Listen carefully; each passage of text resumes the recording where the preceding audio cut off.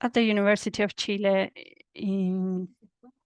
This is the 4th session we are holding, and it's co-organized by 5 institutions: the Global Consortium on Health and Global Change of the University of Columbia, the Lancet Migration Latin American Node, the Inter-American Institute on Global Change Research, and the Chilean Network of Research on Health and Migration, RECISAM. I invite you to introduce yourselves in the chat. In this Zoom session, please write your name, affiliation, and country so that we can get to know you throughout this webinar. This webinar has simultaneous translation into English. Please locate the globe icon on the bottom of your page to select English or Spanish according to your preference. We also remind our panelists to always speak slowly to help our interpreters, Soledad and Ana, so that they can interpret from and into English and Spanish. Please also leave your comments and questions in the Q&A section so that I can read them, as many as I can.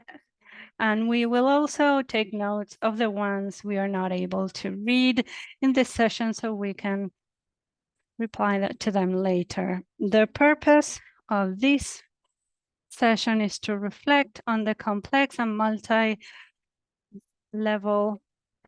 relation between migration and populations in some regions of Latin America and the Caribbean.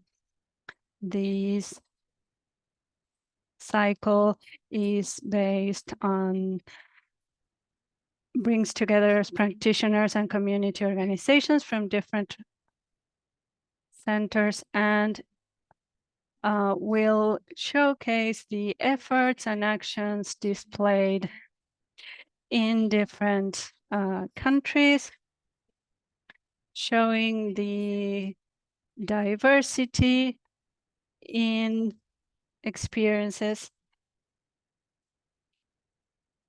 with dealing with climate change and its effects in Latin America and South America. Today, we are going to deal with the first one. We dealt with climate and the well-being of children.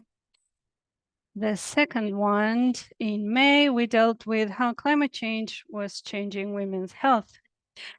In the third one, in July, we dealt with food insecurity and how it is affected by extreme weather events. And today, we will deal with how climate change affects migrants in transient camps. Before we continue, I'm going to invite you to learn about this course taking place right now by the IAI. That is a course called Health, Climate, and the Environment. And if you want to learn more about it, you can scan the QR code on the screen, and you can register if you would like to. You are all invited to this Health, Climate, and the Environment in Latin America and the Caribbean course. To continue with our session today on how climate change affects migrants in transient camps, we know that the Latin American and Caribbean subcontinent has seen a significant rise in migrants-based transient camps. For forced migrants and refugees, this is related to multiple factors, including climate change, risks during transit, and social marginalization and exclusion upon arrival in host countries, especially amongst migrants in irregular status and living in poverty. There is growing evidence around how such camps are created and sustained over time, as well as health risks related to poor material conditions, lack of access to clean water, stigma, and discrimination. In the meantime, migrants living in these camps find a way to resist and develop unique identities as they build complex social layers in their everyday activities in these camps. And so to begin with our webinar, I will give the floor to our expert speaker, Dr. Researcher Teresita Rocha Jimenez, who has a PhD in public health and is a professor of the Research Center, CIS Society and Health Center. Dear Teresita, welcome. Thank you for accepting our invitation. You have 20 minutes for your presentation. I will let you know at 18 minutes to gently remind you that you're running out of time, and thank you and welcome. You have the floor. Thank you so much for the introduction and for the invitation to present in this such a relevant series of webinars. I would like to thank you again for being here. I'm so excited to present some results of different studies we have conducted on migrant populations, especially in Chile, and to discuss how we can study the direct and indirect consequences of climate change on the health and well-being of migrants or displaced people in irregular settlements or camps, also called Toma in some Latin American countries. I know we all know what climate change is, but it's important to remember what consequences it brings. And climate change refers to the long-term changes in temperature that can manifest as heat waves, water scarcity, wildfires, floods, rising sea levels, and loss of biodiversity. The impacts derived from the changes in the environmental, ecological, and social changes affect human health by causing changes in food yields, water quality, stability of disease patterns of infectious diseases. For example, we hadn't seen some diseases such as dengue in some countries, and we are seeing these patterns change in some places where they weren't endemic, now have cases of dengue, chikungunya, and others, and this is attributed to the climate crisis. And we also see air quality changes. So how is climate change connected to migration and displacements? And this is important because in some parts of the world, it's still difficult to establish a link or a causal link. Those of us who work in public health like to talk about causality. But how can we determine that the direct consequences of climate change are pushing people away from their locations of origin? And so in the last 9 years have been the warmest in the world's history, and this has disproportionately affected some people and has caused displacements, not just from one country to another, but within the same country. In 2022, climate-related catastrophes caused a record number of 32 million internal displacements. So that's within the same country. And as I was saying, how can we study and understand the link between the consequences of climate change and migration?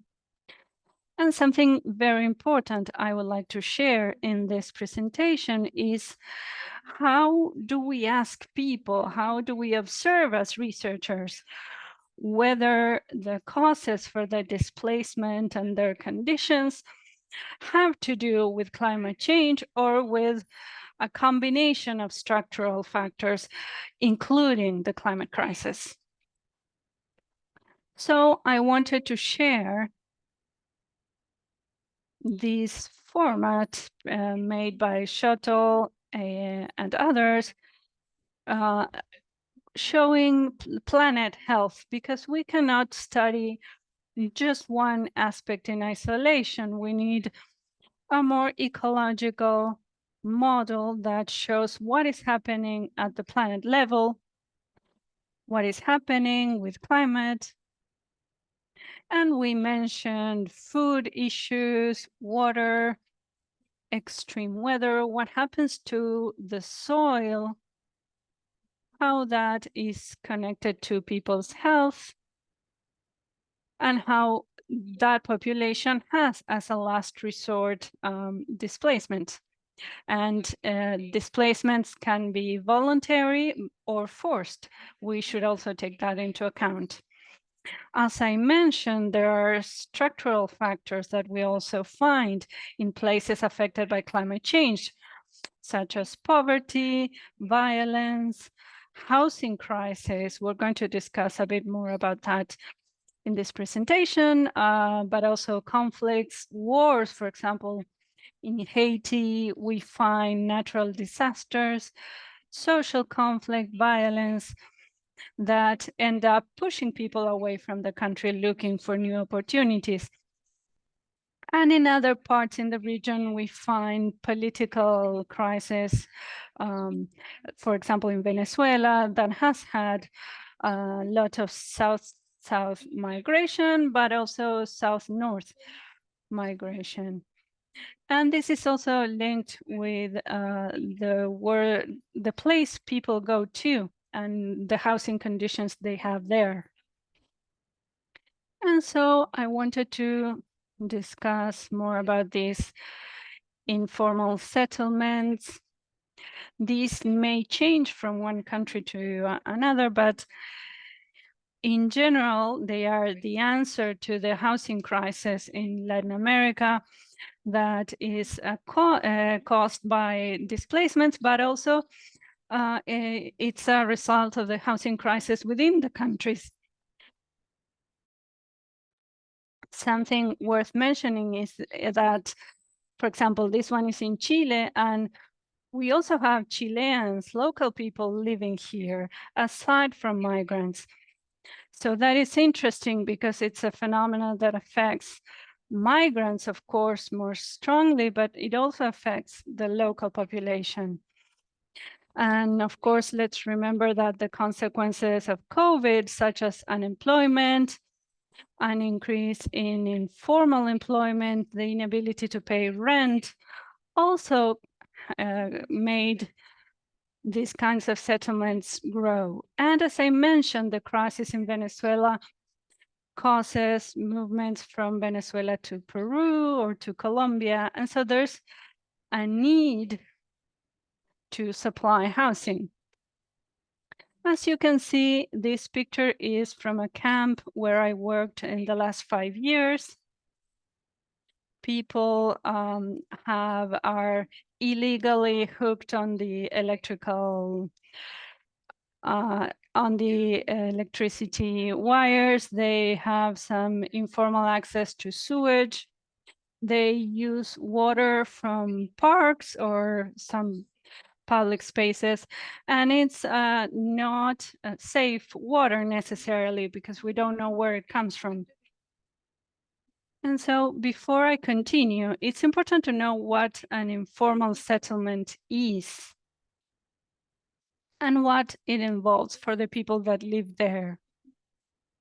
And so this is defined as, and of course it may change from country to country, but it's a place where 8 or more families are in a socio-territorial space without access to at least one basic utility.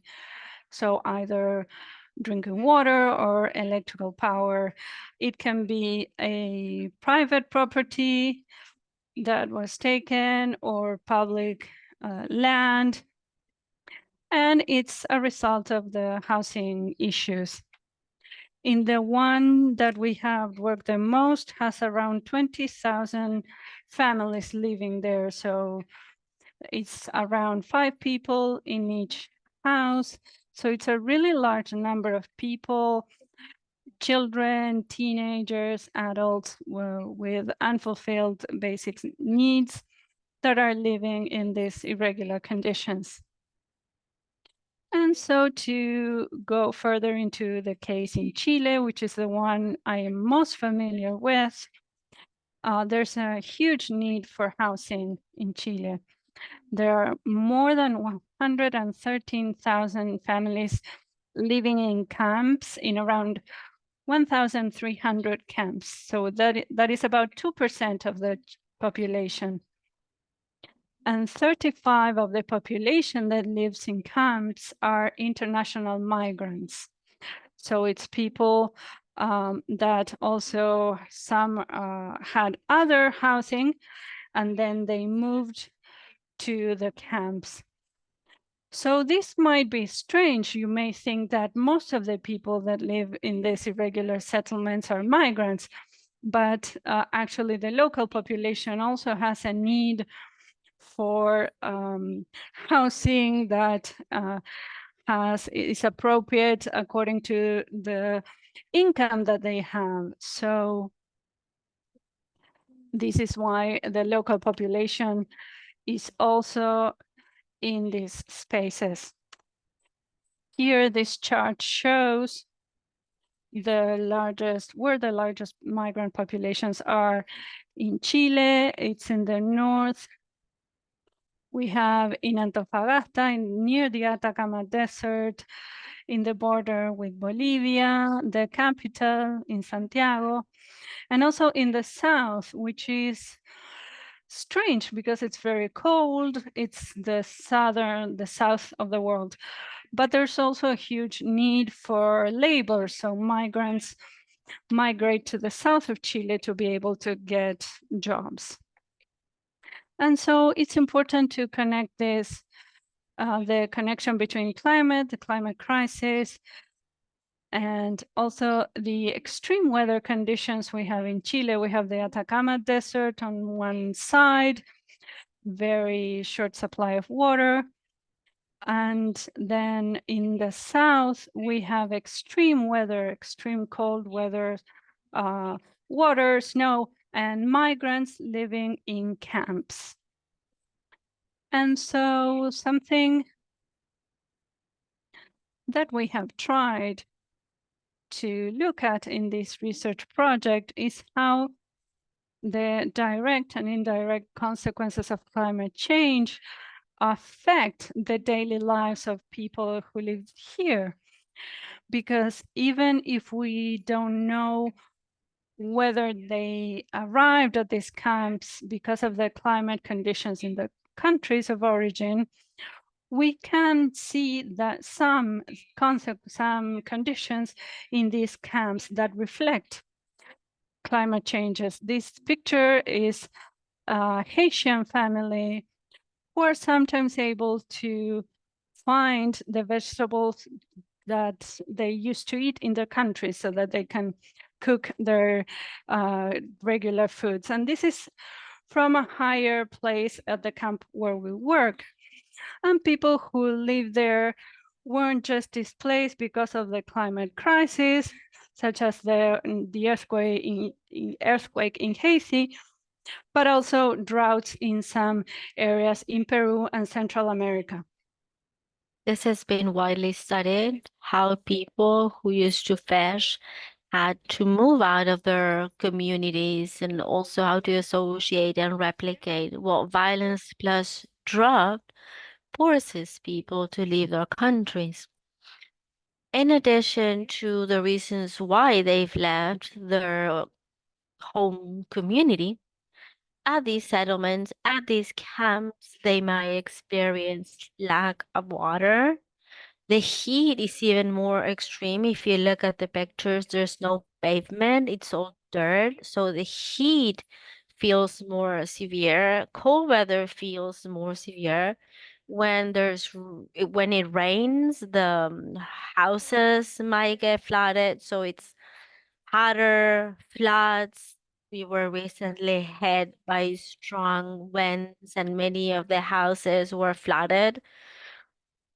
And fire caused by the use of informal electricity. In these irregular camps, we also find a lot of exposure and interaction with animals like dogs, cats, horses that have not been treated and they might have parasites. Children play with them, so they are exposed to diseases and parasites. And something that I've mentioned before, only close to 6% of irregular camps have access to formal sewage. So waste from the bathroom filters down to the soil where they live.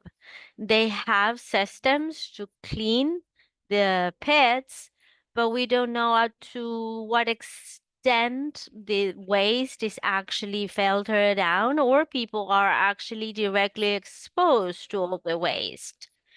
So it's interesting to think about irregular camps as a place for social studies, as a subject of social study of the indirect effects of climate change and the climate crisis. It doesn't mean that only people in these camps experience these consequences, but they might experience them more severely.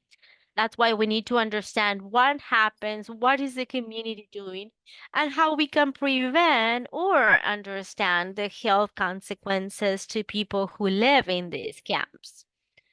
I also wanted to share with you, well, very briefly about the ongoing course that it's called How to Look After and Tackle the Environmental and Social Adversities and to explore the nexus between health migration and climate change. This has been led by some researchers at Catholic University, Portales University, and myself.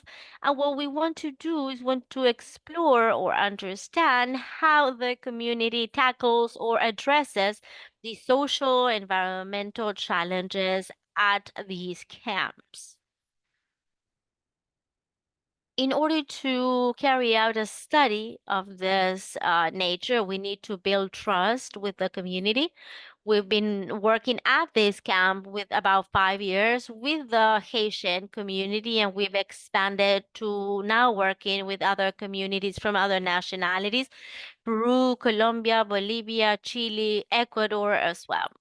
We have people from those countries living in the camp as well. We want to look at the living conditions at the camp. There are over 15,000 people, and I made a mistake in the slide. And we want to understand is the living conditions and their relationship with the indirect and direct consequences of climate change. We have published remarks on how we include the community in the study, considering the ethical aspects, how we tackle mental health. We have several members of the community also involved. We've been able to carry in-depth interviews for this project in particular, and that has been published, as you can see on screen. We've carried out 12 in-depth interviews. That picture shows how people access water. And if you look closer, you're going to see three holes, and that's where the waste goes. That is the pit where the waste goes. We've addressed migration and care in the face of climate change and their health situation. So we asked about the origins of the camp, the socio-environmental context, physical and mental health of the members of the community, their access to healthcare services and basic services like water, electricity, and how they deal with different concerns. For example, fire, their houses being destroyed during an earthquake, and so on. Another important aspect is care practices and community practices to face together these adversities. We obtain the participants' informed consent. We recorded the interviews for transcription, and we employ discourse analysis to identify the more relevant topics. To the right, you might see that there are chickens and cocks around the entire camp. And in that picture, actually, they were building a pit to redirect waste from their bathrooms. Some preliminary results to share is that some of the people living in the camp have very limited access to basic services, and that is a main concern. And the quality of the services will vary depending on where that house is located, the materials used for building those houses. Most of them have built their own homes because they have knowledge for building and construction. They might have worked in construction in their cities of origin, but Chile in particular is very prone to earthquakes, so that is very different. We have homes that are built in areas that are very prone to landslides and earthquakes, and the community has experienced these direct consequences of climate change, like fire, floods, and these are recurrent concerns and main concerns.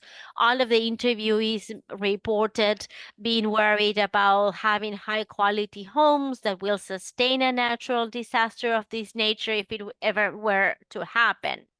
So some of the quotations and some of the quotes from these interviewees. There was a fire here and 7 houses got burned. Everything was very fast. It was very difficult to put it out.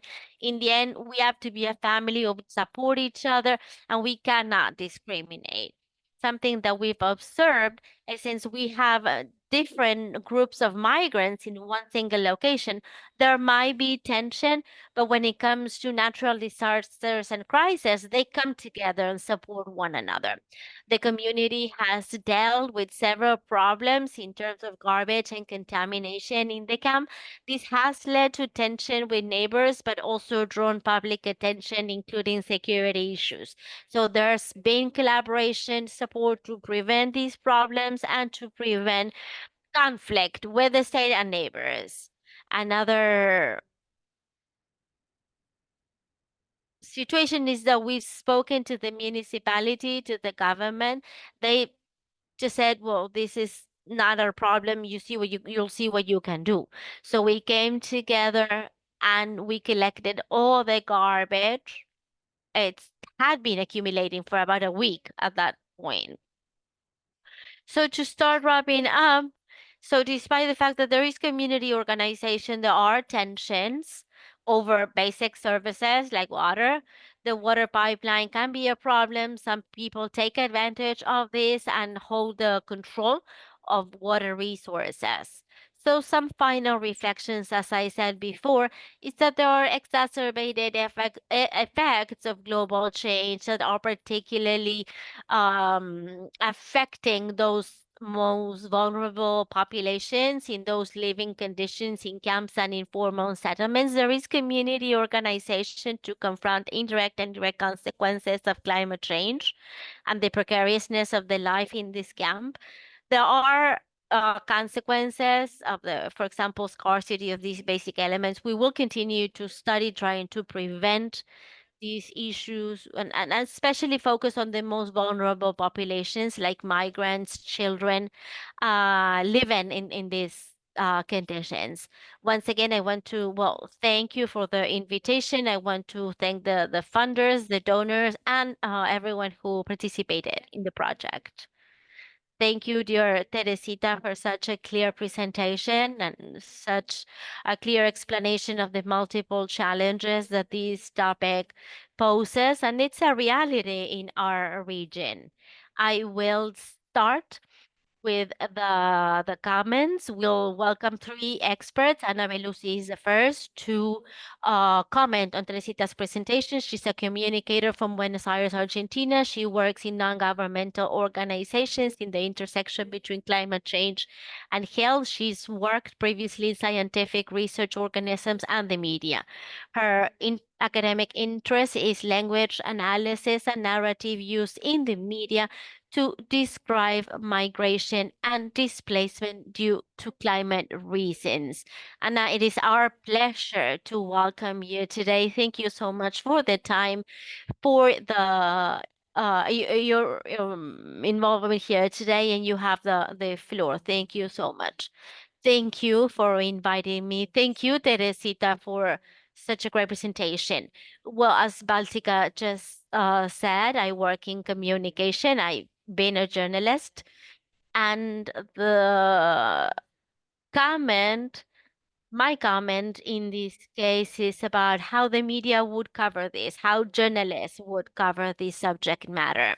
To provide a little bit of background on the impact that this has, there's a very interesting, I think it's 2021 report from the World Bank saying that migration and displacement caused by climate change, unless action is taken by 2050, we will be speaking about 260 million climate migrants around the world, 17 million of which would be in Latin America.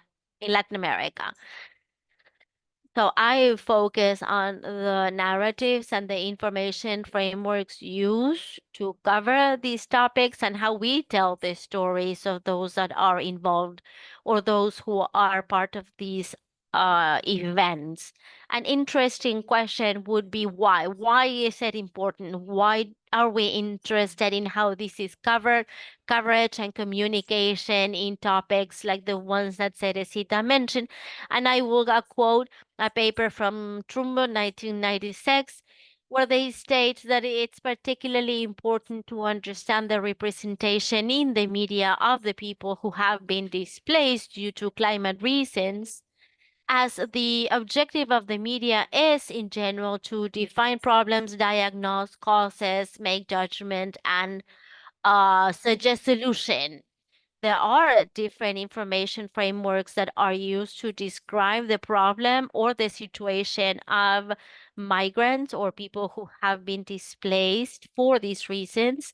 Some of them present them as victims, or sometimes they're seen as security threats, sometimes as activists, and sometimes as foreigners, or sometimes it's described as a vague phenomenon that is not subject to a scientific or tangible debate. Now, sometimes the media, when covering these topics on migrants and people who find themselves in these situations, is they use the catastrophe narrative or the fear narrative that in general lead the readers to think that there's a certain threat or urgency. Different NGOs and different media outlets or multilateral agencies like the International Migration Organization have produced different documents where, together with researchers and communicators, they develop a number of recommendations on how to cover these topics. And well, depending on the objectives that they are pursuing, there's a very interesting document by eGoddess, the eGoddess group and climate migrations, where they issue several recommendations for the media or communicators that would like to cover migration topics, displacement, the effects of climate change. They suggest not only increasing the number, but also the quality of coverage. They also suggest working directly with people on site to listen to them, to quote them, to carry out interviews where they can tell their own story, because that helps present the topic more globally, to rephrase narratives and how this will impact human mobility and the relationship with climate change, to in a way use stereotypes, try to avoid stereotypes or generalization, as we're putting everyone in the same bag, like all the cases are the same. And this is actually a phenomenon that has different dimensions, social aspects, climate aspects, government. Also, they're multidimensional phenomenon, and it's good that when we are covering these topics, we do take all of the different representations into account. Also suggest avoid using alarmist or fear mongering discourse, because the impact of the media is quite strong. They might have an impact in public opinion, in policy development. And so this is fear mongering, or we're speaking about catastrophe or promoting fear and alarm. That will have a negative effect, not only in communities, but also in potential future action and policy. There's a strong suggestion to really do adopt and incorporate the voice of those who are living it firsthand, to listen to their stories, and to help them engage with the audience, with the readers, so they can know firsthand what's happening, how are they being impacted in their day-to-day lives. Another aspect that it's important to focus on is to promote an inclusive narrative that will include not only a hopeful perspective, but also to mainstream the human rights aspect and restorative justice. So our different recommendations across the different regions. For Latin America, we have a great report that was published, I think, about 2 years ago, by the International Migration Office, the Organization for the Southern Cone Office. They published a guideline to address climate-related migrations. And their recommendations are quite similar to the ones I just mentioned, but they focus on regional characteristics. For example, they focus on avoiding pejorative or dehumanizing language. They focus on avoiding the use of certain words that might have a negative connotation, to speak about migrants like a wave or a human flood, or terms that might have a very negative a very negative meaning, like a swarm of people and so on. Also, to avoid oversimplifying, remembering that these are phenomenons that are multidimensional, to avoid stereotypes or polarizing narrative. This is not the story of the good, those are good, and those that are bad, or one group of people doing something in particular against another. And they also stress how to report about this situation, the problem that migrants face, their living conditions. Because if we include the voice of the people who are directly involved, and if you go on site and interact with them, if we have good communication, we might promote a positive connection with society. So in general, the communication, the communication guidelines, recommendations, and international organizations are quite similar, and they go along those lines. I don't know if I covered everything for 10 minutes.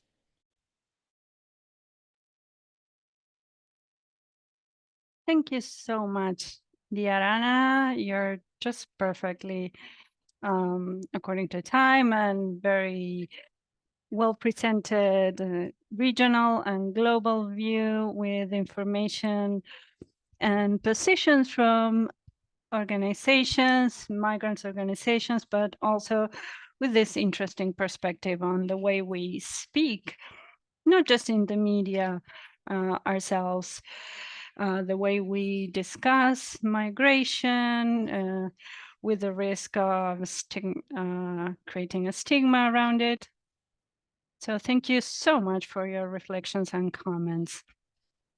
Now we're going to go to our second commentary from Juan Basigalupo, who has a diploma in public health. He has worked as a consultant at PAHO, WHO, and UNESCO as a health agency, also working at the University of Chile in Chile. He currently works in the Division of Healthy and Promotion Public Policies and the Secretary of Public Health in Chile. Dear Juan, welcome. Thank you for being here.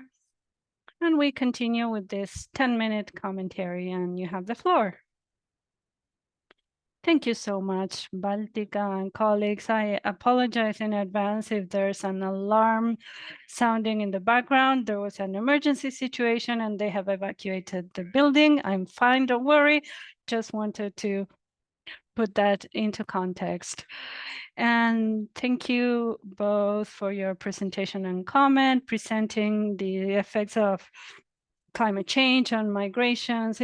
This is really something that wasn't addressed in recent years, but currently it is. And the Ministry of Health, where I work, we have a mitigation and adaptation plan for climate change.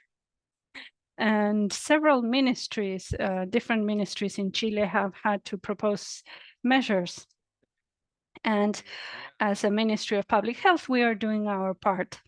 I will mention those specific measures, but I wanted to mention something that draws my attention about climate change that has to do with the safety issues and the vulnerability of people, and how climate change also affects these security conflicts. We have a tension in relationships, social cohesion.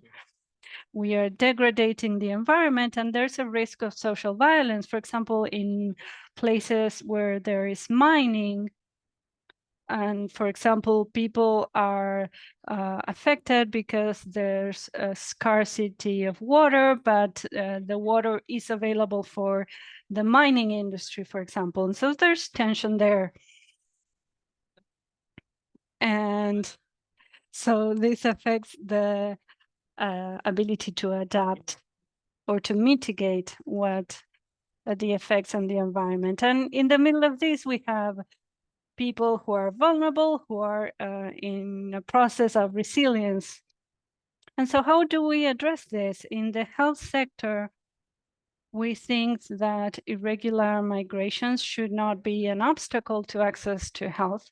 And so we have taken measures for people, for migrants, regardless of their situation or their status, to access healthcare. Our regulations right now in Chile state that a person, if they're in irregular status, if they don't have documents, they still have access to healthcare. And this is quite new. This is from 2017. And we also have some specific regulations because we know that climate change also affects the sustainability of food systems. So we have some guides for Chile with a specific component on fostering sustainable food systems and reducing food waste.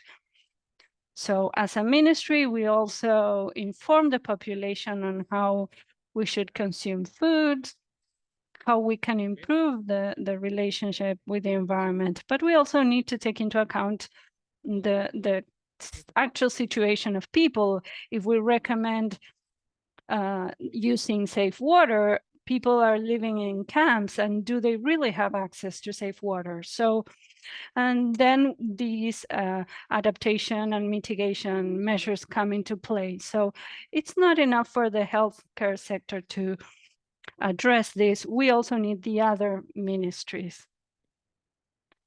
And so we have actions that involve the Ministry of the Environment, the Ministry of Education, the Ministry of Sports, Agriculture. So we have some open markets, local farmers markets. We have some measures to disseminate the knowledge in the food guides to promote a healthy and sustainable food system. It happens a lot in Chile. We have seasons where we have a red tide. So we have food that comes from the sea is contaminated with a microorganism that can affect people. So how can we adapt to that? So we have measures for poisoning from toxic algae. So environmental issues are a big issue. How we handle sewage, how we can prepare for what happens with vector-borne diseases. So also strengthening the healthcare sector, training all of the practitioners to consider climate issues within the work that we do every day, in whether it's a hospital or a primary care clinic. So for example, a heat wave, we have a large number of people coming to the emergency room. Are we ready for that? Or we have a large number of people because there's an outbreak of a vector-borne disease because of some water issues. And so how does the healthcare sector respond to that? So this scenario that I was presenting, climate change, conflict, inequality, with people in the middle, is something we see in the healthcare sector, but we also see that in other areas. And it's something that we're trying to respond with some shorter and some longer term measures, trying to improve the health of people, trying to guarantee human rights, the right to safe food, the access to health. And so that's what I had to comment very briefly. But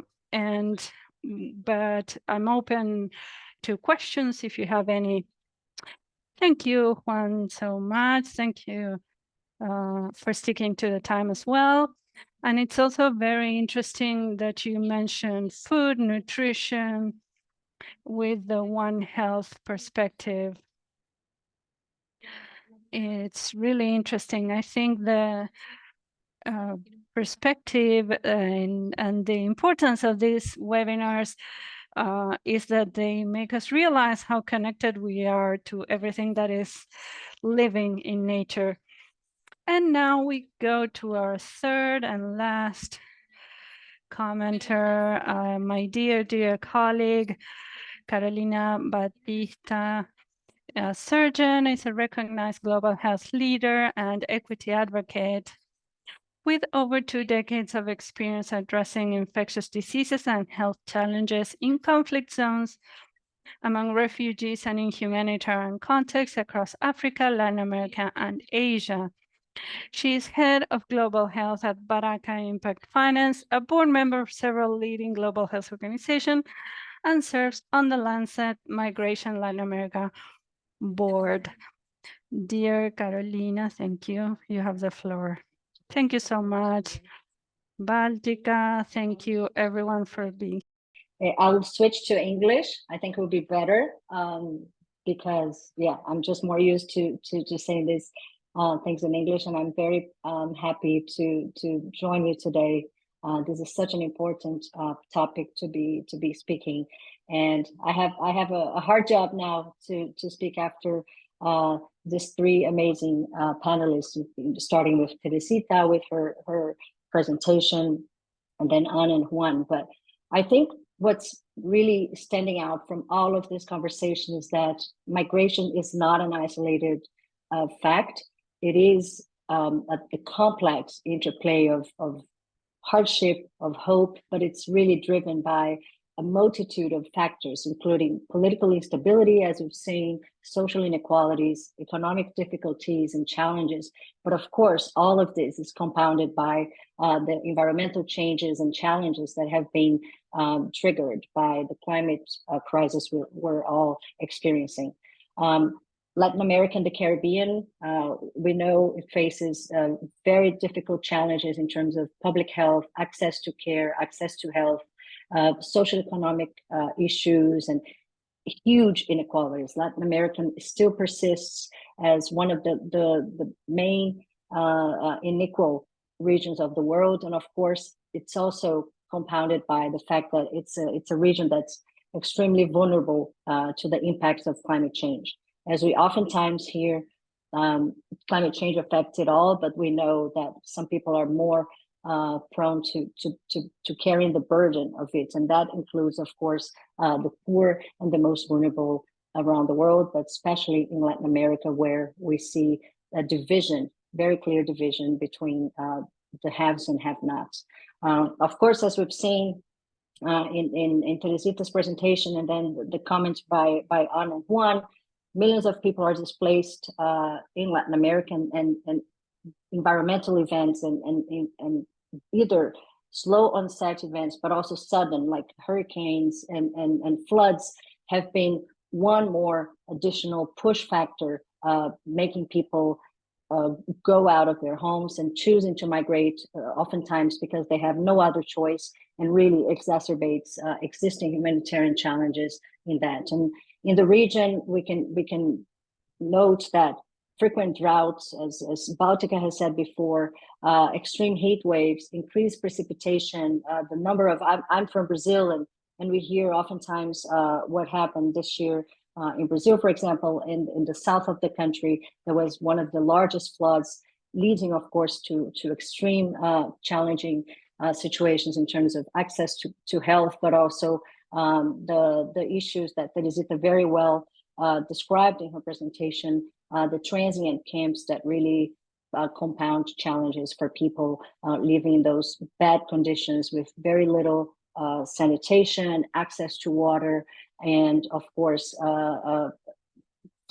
floods that can happen there, but also crowded situations that really make people more vulnerable to diseases, to vector-borne diseases, to infectious diseases, but also I think what I would really love to share, it's the increasing impact of mental health in these populations that are on the move, that are forced to migrate, and especially those that are living in these transient camps. So, of course, climate change not only aggravates but accelerates the migratory pressure in Latin America, but all over the world, but also it has the deterioration of health before the decision to migrate, during the migration process, but also after, when people are finally reaching their final destinations. So it is a complex issue, and really, I think we have to also think of how gender-based violence has been an important issue faced by migrants, and especially women and young girls now face heightened vulnerability to gender-based violence during migration, that are, you know, these types of violences are perpetrated by smugglers, traffickers, other migrants, and sometimes authorities, and it really taps into existing gender-based violence, but also gender issues and vulnerabilities. And especially in these transient camps, there has been a lot of reports of women and girls being exposed to violence, especially, for example, when they have to go and fetch water to drink, or going to get food from the food stamps. So that's something that really needs to be considered. I would like maybe to bring some real life examples. I think it's always better to come from it like from just a number to really bringing what people experience during this process that have been so well described before.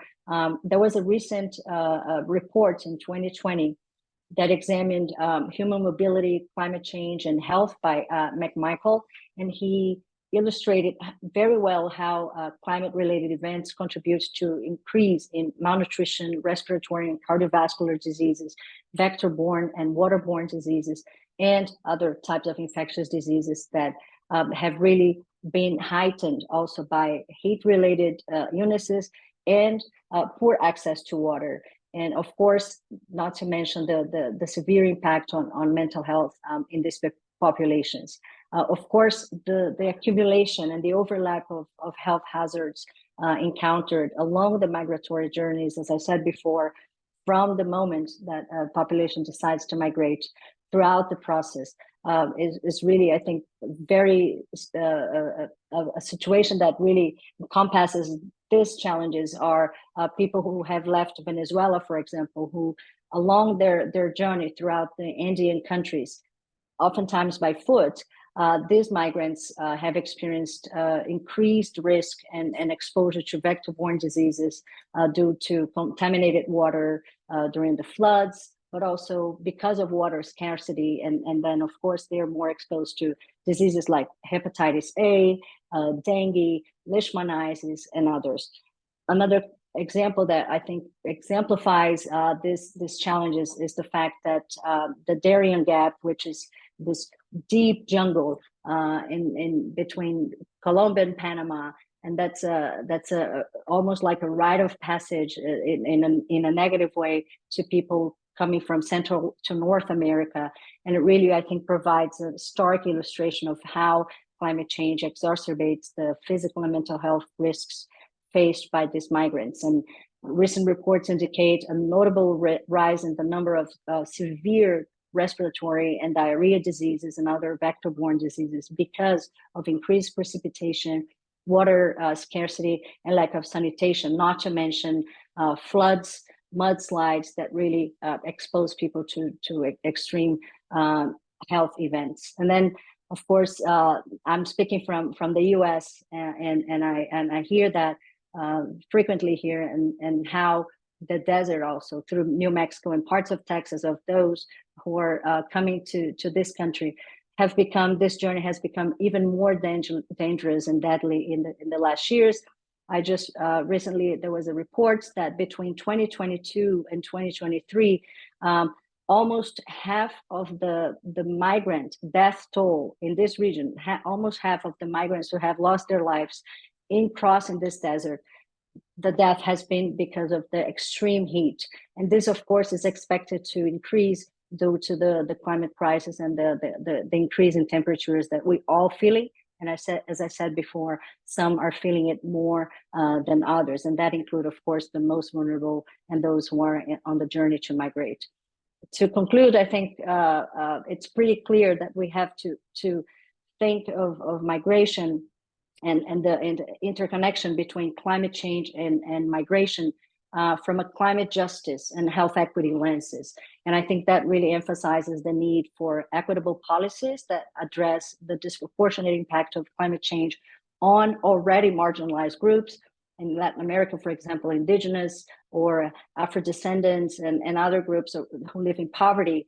And I think it was very clearly said by all of you before me that we need to have the intentionality of including those populations and those groups at the center of the discussion, give them the protagonism to develop policies and to develop the narrative that shies away from perpetuating the narrative of stigma and discrimination, but put them in the center and make sure that they are the ones that help policies to be made, but also all of us as researchers, we have a responsibility to ensure that their voices are at the center and we adapt a language that's inclusive and not stigmatizing. So thank you, and I'm also happy to take questions and dive deeper into some of these issues. Thank you. Thank you, Carolina, for such eloquent comment from a global health perspective, conflict zone, and the challenges for life that we have in modern life in our planet. Thank you so much. We will now go to Q&A. I will ask all panelists to please, well, turn on your cameras and anchor your profile. We have some comments, questions. In general, everyone says congratulations to Teresita and the three panelists for your intervention. Thank you for sharing your experience and knowledge. I will select some questions and call you on different people. Mr. Gasulupo had to leave as the building was being evacuated. It was nothing serious, but they needed to leave the building. That's why he won't be with us for the rest of the event. Certification, the first question about certification, this is just a webinar for open talk. There's no certification, but there it will stay for further uses, not only the recording of this meeting today, but others. Juan Carlos Reyes says, is there international studies that connect the relationship between biodiversity preservation, migration, and human health? Ana, and then Carolina, anything to say about Juan Carlos's question about international studies that connect biodiversity preservation, migration, and human health? Ana? I can't think of any right now.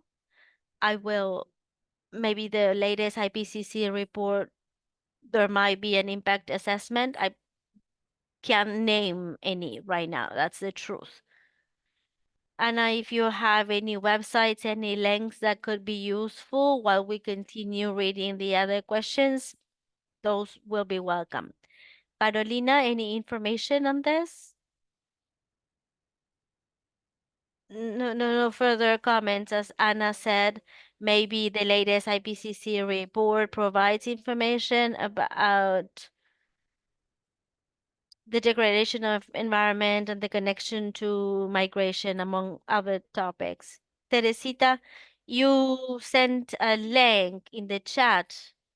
There are some articles that are in general open access. Otherwise, I can share it with everyone. Studying children's health, studying climate change and biodiversity, as Carolina mentioned. I can't think of the Spanish word, but the bigger scope of infectious diseases. So I share the link, the name. I might be able to share the PDF file for the article, but I am almost certain it is an open access article. Carolina, you sent a link to Michael's report for everyone to see as well. Virgilio Ayala asks, what is the impact of migration in local culture, in building housing, for example? Anything to say? That's a great question, actually. On Sunday, actually, last Sunday, we went to the camp with a student, a PhD student in integration ecology. She's an architect, and she said that she can identify the nationality of that home based on the construction methods that they've used. Migrants will have their own methods. For example, people from Haiti will use cement blocks, but Chile, because of the earthquakes, in Chile, people tend to use wood that is more flexible. So that was very interesting because in the same camp, she was able to identify who had built which houses. We've not experienced, at least in Santiago, any very strong earthquakes so far, but that's a big concern at the camp because there are many homes that have been built, but we do not know if they would resist a shake. In Haiti back in 2010, that was the case. So they know how to build houses, they know how to lay foundations and pillars, but that is a concern. of the people at the camp? What would happen if there's an earthquake? Thank you, Teresita. Anything else, Ana Carolina, that you might want to add? Yes, I can say uh, this is so interesting to think of this as a blueprint, even. And it's so interesting to see that she could identify where people were coming from because of their homes. So we need to include migrants in maybe organizing workshops for them to be able to share knowledge about their local architecture or construction practices that might contribute to resilience in the face of climate change. For example, how to address or how to build considering the earthquakes in Chile. And that could be a great opportunity to create this, well, not only community, but also contribute to resilience, emotional resilience, of course, because there are people that these have a very heavy mental health burden, but also resilience to climate events. Anna, in comments, I'm thinking not. I was just trying to find the report. It's a 2002 IPCC report on biodiversity and climate change. I can share the link. I'm not sure if they speak about environmental degradation, but I will share that in the chat. Carolina, back to you. Has the potential association from climate change and migration and displacement been studied and the potential effects on human trafficking? That's a very interesting question. Yes, there are many studies, and I'm happy to share some of those in the chat about the link between climate change and migration. Actually, I think that studies show very clearly that climate change and environmental pressure are a triggering factor for the decision to migrate. Teresita, in her presentation, she showed those very clearly those triangles as the factors that are associated to the decision of migrating and the associated risks.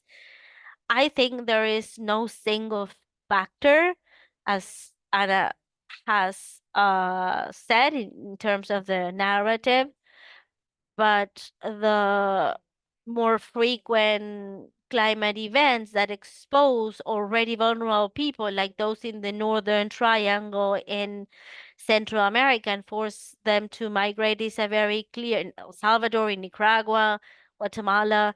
This is a very clear example of extreme environmental vulnerability. They face droughts, they have a population that lives in general depend on agriculture for their livelihood, and the disproportionate impact on their livelihood from that income generation. And this is a factor that drives people to migrate, causing very stressful situations, vulnerability, and poverty. Another aspect that I think is worthwhile mentioning is that many times we speak about, and of course, this is the most common, people that are forced to migrate. But we shouldn't forget people who are so vulnerable that cannot even get away. They are trapped, people that might have chronic diseases, disabilities, or the elderly. So that is also something that is also a very important point to consider. Some people are left behind and cannot even migrate, and they are experiencing extreme vulnerability due to the effects of climate change, heavy rainfalls, storms, drought, etc. Thank you. Yes, actually, on our last webinar will be about non-mobile populations in the context of climate change. So your comment is quite relevant. It's a topic that we still don't know very much about. So it's quite invisible so far. It's interesting. Ana Teresita, anything to say about the comment displaced, forced displacement, climate change, and trafficking? No, just to build on what Anna said, what's been reported, how alarmist it is, what's taken out of context. We always try to reach out to the community. We want the community to tell firsthand their experience. And people trafficking, of course, it happens, but we should be very careful on how to address it, what the context is, not re-victimize people, because sometimes there is a need to leave, and that is greater than the risks that they will face. But we need to take care on a case by case basis. I worked with women who were part of sex trade in bordering regions, so it's always important to consider the context, the will or the desire to leave, the need to work, and we should not just group all women working in this area and associated directly to trafficking and so on. We need to be very careful on how to address these topics. We need to be very careful on how we report it and how this is interpreted. I would like to add to what Teresita is saying is that there is a very interesting study with people who are displaced or migrants from the Southern Pacific. I can't remember the name of the researcher. I think it's Caro Fabotko, but might not be her. They work with communities in the Southern Pacific because they've been displaced due to climate change issues. And when working with the communities and they spoke about the information frameworks, there was a lot of work. The question was, how would you rather we speak about the subject matter that directly affects you? How do you want to be identified?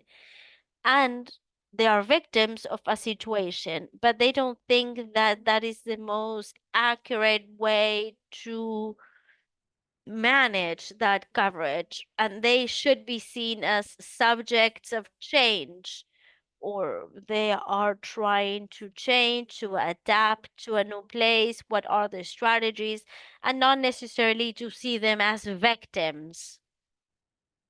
As in any coverage, I think it is important to ask the people affected, or the person who is at the heart of it all, how would you want people to speak about this topic or this situation that is affecting you? Coverage is not necessarily driven based on the perspective of the person that is being affected, but rather that of the journalist. So it is good to see the situation from the person's perspective. Thank you, Anna. And Sarah Habibipur, I'm sorry, Sarah, if I'm mispronouncing your name.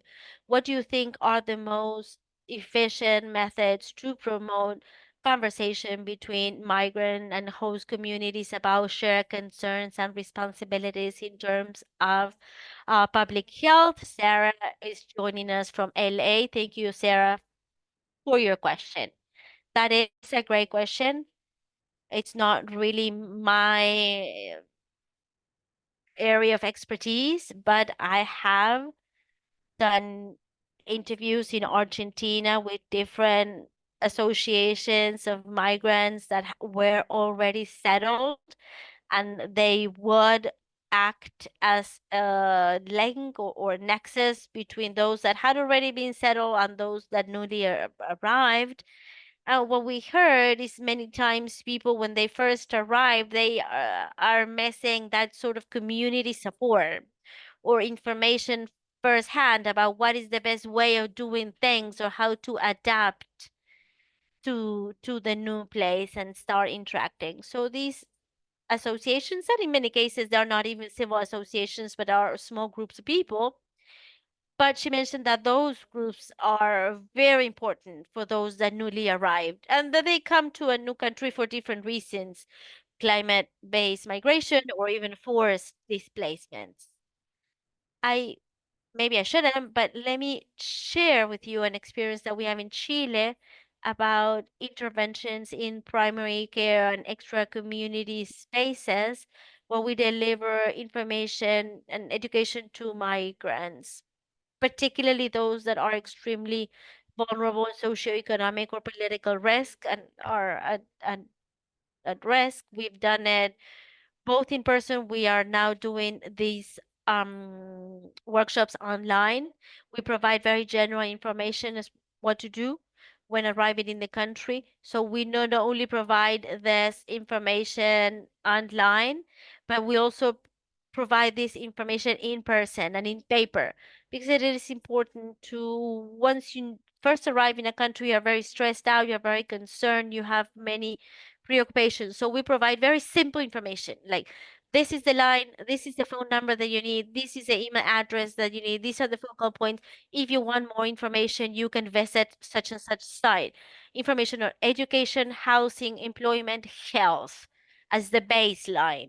And then we also provide further opportunities for information, housing, mental health, regulation, children, and a referrals whenever necessary for situations of violence, poverty, and so on. I'm sharing this because when we're speaking about communication, we need to speak about different instruments, different resources, to have people who are trained, people who use the correct language, that have a cultural background to provide this information and help and aid and care depending on the context. Teresita, anything else that you would like to add? No, actually, again, and as I try to do in my presentation, to to convey a message from the community. So what we've been told is that, well, people are at irregular camps or irregular settlements, but they do have a certain organization. They have WhatsApp groups. They solve the garbage problem that they were having. So we shouldn't just say, well, they live in suboptimal conditions. They do have their own organization. They have solved the issues around garbage, water resources. They help one another. And that is always very important to mention, to also stress the positive aspects, how they communicate, how they work things out. As Juan said, the state's been involved in these irregular camps, of course, but the community is the first resource for everyone for help. So that is very important. I have one final question for all. We have about 10 minutes to wrap up. And the question is, what do we do? What do we do about climate change, displacement, migration, and camps? Any good best practices, experiences, or ideas, recommendations for the countries on how to manage the settlements, the camps, migration, mobility?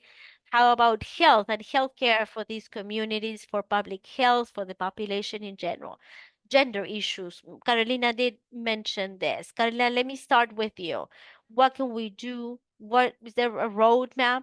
Any best practices or experiences, or just your own recommendations based on your own personal expertise and experience? I think that, well, gender violence is a very important topic. Sometimes we don't address it because there's a lack of evidence, lack of reports, because it is still a taboo. These people are extremely vulnerable, whether these are women or girls. And we are publishing with License Migration in Latin America report on this topic. We also address LGBTQI issues, that population that is also very much exposed to gender violence. And I think here it is very important to, once again, you have to include the community. You have to include the women. You have to include girls, the LGBTQI community, so they themselves are the protagonists of their story. So we should just remove stigma. These are not isolated issues from other topics, or they are, of course, triggered or reinforced by gender violence as well. And this is a very important topic in this people migration history. As researchers, we need to study this more. We need to encourage more studies on this, because if we don't speak about a particular subject matter, it will be sort of forgotten, hidden. And so we need to include those who are affected in our work, in research, in the narrative, in the stories. And I also think that it's important to call it a specific name to visibilize. Of course, sometimes we might not be able to use the real names, but actually to speak about first-hand experiences. Otherwise, we're only speaking about statistics, an X number of women been raped, or X number of girls or LGBTQI people have been victims of this and this and that.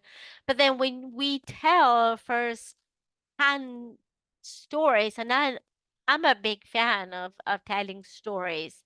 I think this really can trigger solidarity and also promote further studies to contribute even more to solving these problems. Anna, now I'm going back to you with this first question and a comment by an anonymous participant.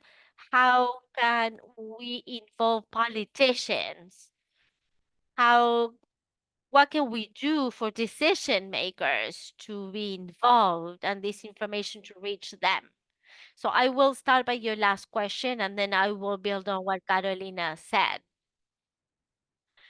Well, maybe uh, to communicate this in a responsible, respectful manner, but convey the impact that it has on people in the communities, to tell and to show their stories, because that information is shared, that information is disseminated, maybe on television, but on many other platforms, it reaches a lot of people, even decision makers.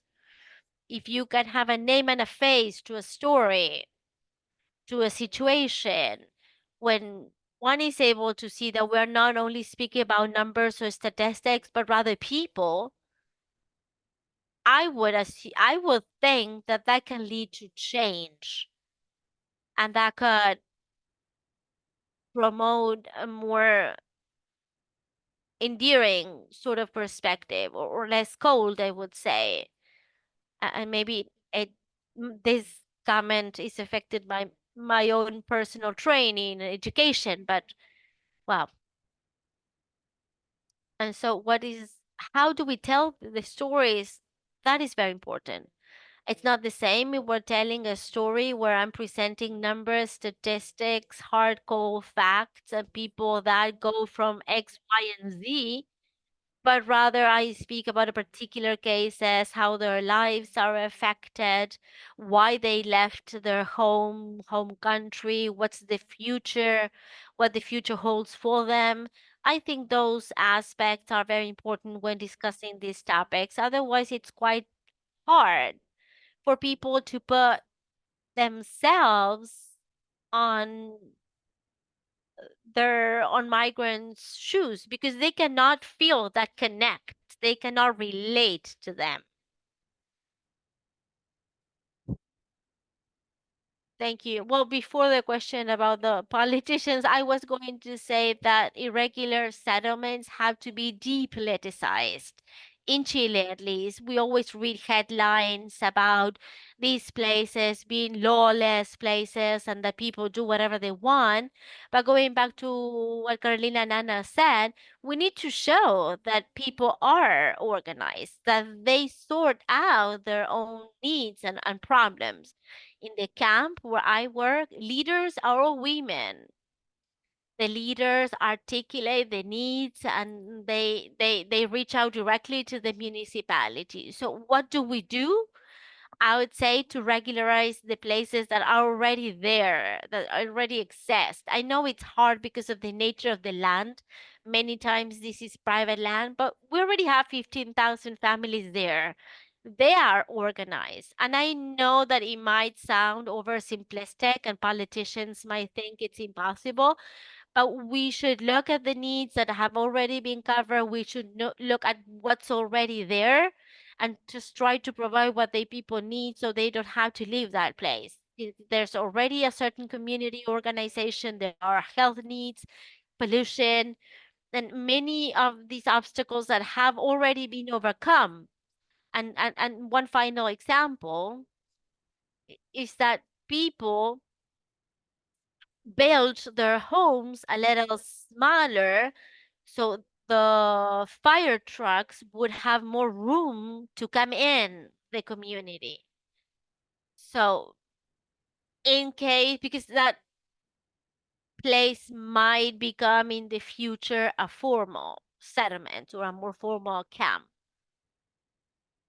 Thank you, Teresita. That brings us to the end of our fourth webinar on climate change, health, and migration in Latin America and the Caribbean, focusing on irregular settlements or camps. We've been joined by around 200 people. This seminar is being recorded and it will be available at the Columbia University and the Global Consortium Climate Change and Education sites. Let me remind you as well that will want to invite you to the Health, Climate, and the Environment course in Latin America and the Caribbean. Everyone's very welcome to join. Thank you so much for joining us today, and we will see you on Tuesday, November 5th for the last session. We'll speak about the health of immobile population or population that will stay in those locations or countries that are affected by climate change in Latin America and the Caribbean. Thank you, Carolina, Ana, and Teresita. I'll see you next time.